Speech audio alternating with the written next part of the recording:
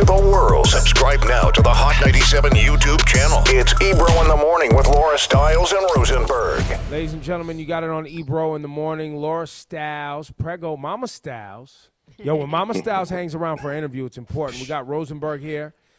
Give it up, ladies and gentlemen. Nelson Figueroa on the program. And Nelson, introduce us to your colleague here.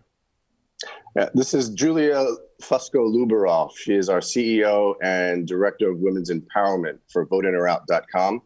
I'll let Julia give her full bio. An incredible person. I joined up with her last year in June. We actually met at a Met game, and we were comparing things that we were working on, projects we were working on, and she showed me this, and I just had to join the team. So I'll let Julia speak. Hi, everybody. Thank you so much for having us here. Nelson, thank you. That's an awesome introduction. I'm Julia Fusco-Luberoff. I'm one of the co-founders and Director of Women's Empowerment, Partnerships, Outreach, all that stuff at VotinGerOut. And we're a grassroots voter education platform, social media platform for truth and accountability in politics, which is something we find completely missing. Truth and accountability in politics. It almost, it's so far-fetched. It almost sounds like an oxymoron. Right? It sounds almost impossible, which is why we combine together all of our tech experts, education experts, political experts, and ask them how this should go out there. My co-founder, Lisa Malika, she is a web designer. She's been a graphic designer in user experience in social media for 20 years. So she has been on the front line of how people actually engage with each other online, and how that culture grew from being something that was super friendly when we had the AOL days to now a weapon used to influence elections. Right. And we saw this happening over and over and over, and it was getting us angry. And then Parkland happened. And when Parkland happened, we had a friend whose daughter was there who lost her best friend. And she had to jump over dead bodies, and she had to deal with all of the aftermath of that. But the thing that came out of that it crushed us. I mean, we knew her, Lisa knew her. This became personal. I'm a teacher. We do the shooter drills, the active shooter drills in our classrooms. I have to sit there and decide which of my 34 kids I'm going to jump in front of in case a shooter comes in the room. How do I decide that? Who do I like the best? Who has the best average? Who's the cutest? Like how do you make this decision when you have a violent intruder in a space that's supposed to be safe for education? What do? We felt powerless. We felt like we were at the bottom of the cliff, catching these kids, hoping we catch them as they fall. And we decided to take the position of going to the top of that cliff and building a fence so they don't fall anymore. That's where we're coming from. Watching this 18 years in New York City, I worked in Coney Island, I've worked in Midwood, I've worked in Flatbush, I've worked in a number of different neighborhoods. Whatever they're doing isn't trickling down to our kids. So how do we empower our kids themselves? After Parkland, we saw these kids rise up, and we saw them change all of these laws in Florida because of their passion and their energy. So Lisa said, we just have to give them a mic and a stage. We have to give them a way to connect to advocacy, to connect to have this research, connect to actual action that changes what's happening in Congress. And so that's why we built this. So VotinGerOut is a .com, but it's also an app, correct? Yes, it's a .com right now. We're gonna wrap it up in a shell and for downloading as an app as well. Eventually, we're still in beta. We have fully self-funded this through our own savings, through our own, this has to happen, through going to people and saying, listen, look what happened to our country. We used to be able to have conversations and not hurt each other through those conversations. We would exchange ideas, what went on. New York City here has a program, part of the curriculum includes accountable talk, where kids are forced to listen to each other on their own opinions and then provide feedback with evidence. That's the entire model of VotinGerOut. Is if you want to have an argument, you want to fight toxically with somebody, go to Facebook, go to Instagram, go somewhere where that's already Twitter, that's already been established. We're the place where you're going to have a conversation You're going to learn something and then share that to the rest of your peers and make yourself a voter influencer, which is one of the most incredible outcomes of this, is how empowered we find people become. Just to click that little one thing that says, I'm voting out Ted Cruz, I'm voting out Mitch McConnell, I'm voting out Donald Trump. And then on the other side of it, to make actual moves to do what you do want, because that's a list of who you don't. There's a list of who we do want. We have every town's list of their endorsed senators. We have every senator, every congressperson, every presidential candidate. We have facts listed underneath each of them. We have over 1,800 articles on what Donald Trump has done in the last 4 years. What's our biggest problem in terms of the news, right? It's fatigue. It's constantly being blown at us, and so much and also goes by. knowing what's real and what's not, right? Fact checking. Right. And they've the last several years has successfully, and I mean it started happening years ago, where quote unquote, and I'm using air quote, news outlets became more about entertainment value, and then it became about actual facts and news, right? And so that was obviously to drive advertiser sales and drive ratings and these things that fund television outlets and cable news networks. But then the next layer became just the lack of distrust of information, right? So we currently have leadership that doesn't trust the CIA, that he doesn't, one day, and then the next day he doesn't trust the CDC, and then he doesn't trust the FBI, and he doesn't trust it. And so, all right, so who can you trust? So as a registered independent, what I've also noticed is,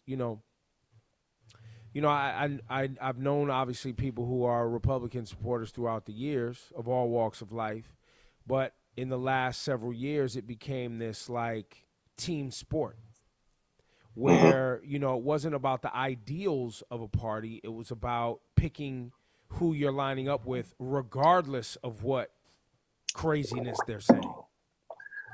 It's funny that you're saying that. It reminds me of the Tour de France, the way the teams will rally around that one rider and push him forward. That's exactly how the parties treat it, right? There might be someone better, someone who can outlast that one guy, but because he's sponsored by someone big, that's the guy. And everybody else has to ride around him to bring him to the forefront so that he has a chance to win. That's exactly what politics has become. Quick synopsis of how the app works is, or the website works. You go to the website, you're going to build yourself a profile. You can make it public, you can make it private. So I've reached out as the director of outreach. I've reached out to several different athletes because the world of politics and being an athlete, now all of a sudden you try to use your voice, you're trying to use your platform. So what I have expressed to every single athlete I've talked to, you want to become as educated as possible. I even have likened it to preparing yourself for a mock draft in fantasy football. Don't go there knowing who your first round pick is, because you know who you want for president. What about all the 50 other things you have to vote for? I was overwhelmed by it the first time that happened to me, and I said I would never let that happen again. I became an analyst after I played for baseball, Major League Baseball, for 19 years or 9 years, professionally 19. I became an analyst, and the numbers. It's about the numbers and the facts. I need to know how I'm setting up, and we have our motto is voting every day, right? You want to know, as of today, this is the way I'm still going. Unless something happens, unless something changes me, this is the way I would be going into the polls, so that I'm prepared that day. You have a digital ballot on our website at the end of it all. But how it starts out is you build a profile and you go ahead and you answer a set of questions, and it will line you up with the representative who best fits your ideals. And it might be somebody you don't know, because when it first started, it was 32 candidates. Now it's one or the other. But when we're talking about senators, congressmen, all those local politicians that you don't know a lot about, what we found out is our tabs of interest, our issues. That's where we align most, right? Because if you want to be on one side of politics, red or blue, wherever you land, independent, it's about the issues. So we have gun control, we have education, we have finance, we have climate control, we have all these different things where you answer those list of questions and you pick between 3 and 20 different issues. And then after that, you start getting articles on that candidate of what they've done. And people then vote it up or vote it down almost like a Reddit, so that the articles that have been fact checked and vetted and they're crowdsourced, people want information, they want the truth. And there are people who do the research that never get the credit for it. And when Parkland happened, there were 207 gun laws that were proposed. And the NRA pamphlet came out and said, oh, yeah, they were proposed, but they were for lessening gun laws. Meanwhile, it was the kids that were pushing forward to try and get those gun laws to have stricter guidelines. And that's where you take those numbers, that number, and you can paint it any way you want. So what we tried to do is take that out of it. You want to read about the numbers, you want to read about facts, post an article, and people will vote it up or down. Because just like, what was it? BitTorrents. Remember when we had BitTorrents? Right. You weren't downloading the one that had all the thumbs down on it or was red and might have a virus. But if there was one that was, 10,000 people downloaded it, okay, I'm checking that one out. That's the one. It's That's like ratings safe. On Amazon, ratings on eBay, ratings on any of these things where you trust the community there, Yelp. And what you want to do is there will be some people on there that you will follow, and you'll say, I like this guy. This guy has put up some good articles. I'm going to continue to trust them. And the people who are doing the research, people love badges, right? So you post 10 articles, you get a badge. You post 50 articles, you get another badge. That's what it will all become. But I do think that what we tried to do is, so you have Reddit, you have Facebook, the swipeability, moving it is like Instagram. Sharing information is very easy. Click a button, able to send an article that you have read and you want to say, hey, check this out. And our biggest feature is called Stance Switch. So after you have, developed almost your digital ballot, you can click on Stance Switch and it'll tell you how the other side is thinking, what articles they're reading on those same issues. So then you are more well-informed. So when you have those kind of discussions and those talks, that you can literally just point to it, or you can send that link, and it makes it easier for, like I said, educating voters, so that we've gone through so many things just this year, right? We've seen people rise up and we've seen people go out to the streets. 10,000 people marching is impressive. But if you had 10 million people who can almost in real time say, I would vote out whoever the candidate is, and there's a meter of that, and now you can go and say, we would vote you out today if we had the opportunity. If there was an election today, we would vote you out. That would make people being held accountable, the politicians, to say, I've got to see what I need to do, or I need to be better. And I think that's what we're trying to do at VotinGerOut. VotinGerOut.com. This is a great platform, and I appreciate you guys for doing it too. I just went and signed up. Super easy to sign up, and right away you start learning about candidates that you may have not been familiar with before. So listen, we talk about voting a lot. We talk about how important the elections are, but finding a way to make it easy for people to get the information is critical. Mm-hmm. So that's a cool thing you guys are doing. Yeah, it's always. Thank you. And it's not about you being a Republican or a Democrat. No, we're bipartisan. We're that are tuned in. Yes. Mm-hmm. We're about information. We're a tool. We're a resource tool, and it's not about who can scream the loudest.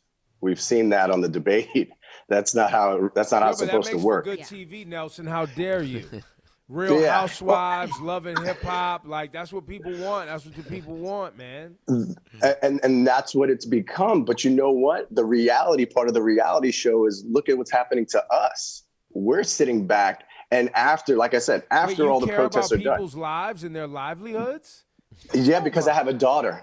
I got a daughter who at 16 is already trying to go through her mind and talking with her friends about what's important. Well, and how can you trust this politician? And have you seen what he's done? And they're sharing information. And so when I showed my daughter the platform, she just put a big smile on her face. She goes, "Oh, this is going to make it easy to win arguments." Exactly. So, that's what we all want.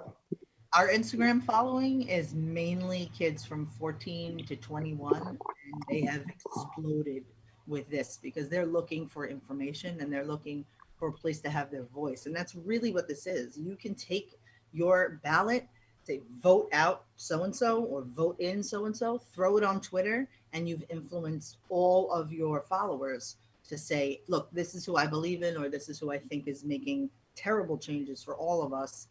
Get rid of this person. And that's the campaign that's going to sway this election.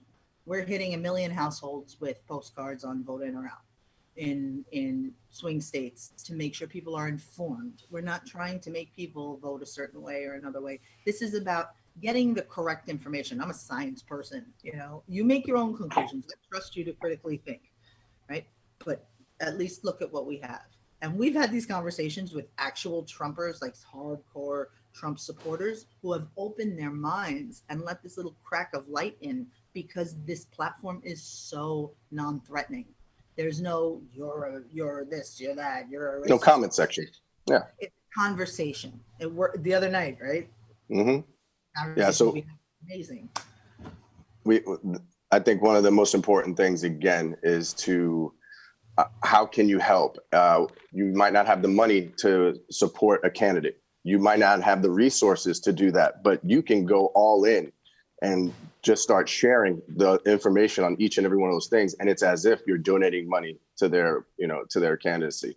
You're able to put that information into other people's hands who they will put that information elsewhere. And people start reading it. And as long as, like you said, if it's credible information, if it's been fact checked, then you feel strongly about it. But we know certain media outlets go one way and certain media outlets go the other way. So I don't even want to open anything that has, those 3 letters in front of it whenever I get something like that. But I do think when you see these articles that are written, and not all media is fake media, not all media is bad media. That's the first thing that when you feel like you're being attacked, you feel like you got to lash out. I think the media has to do their job. And more than ever, we have the ability on our phones to fact check these things. So instead of riding the train, you're going into work, whatever, and you've got 10 minutes, instead of playing, Candy Crush or whatever it is, I'm getting that 10 minutes in and I'm trying to figure out, okay, so am I still in alignment with this, so-and-so? Am I still feeling like I know everything about the other candidate? So that this way, when I have a conversation with people and I say, hey, so why did you vote for him? And they can't come up with anything in the first 5 minutes, except for some notions. And when I show them the facts, it changes their mind a little bit. And if I make you say for a second, that's interesting, I know I've got you, and I got you hooked that you want to know more and more and more. That's the way we work. VotinGerOut.com. We'll also be looking for the app. It was a pleasure meeting you guys. Thank you so much for your time today. And keep us updated too. It's going to be a crucial next. Laura, when does Baby Styles come? 5 weeks? Right on Election Day? Yeah. The Baby Styles. Yeah, this is for us, Laura. Yes. we ran the women's march. Seriously. And this is for us to have a voice, Seriously. and for our baby girls to have a voice. It's time. Very beautiful. No, Thanks, I'm with guys. you. Nice Thank you, meeting guys. Everybody Nelson, needs nice Thank meeting you. your way. Take care. Pleasure. Thank you for your work, Thank you, guys. Keep going. You're the best. All Thank right, you, guys. cheers. Bye-bye. Take care, boys. Thanks. And Laura.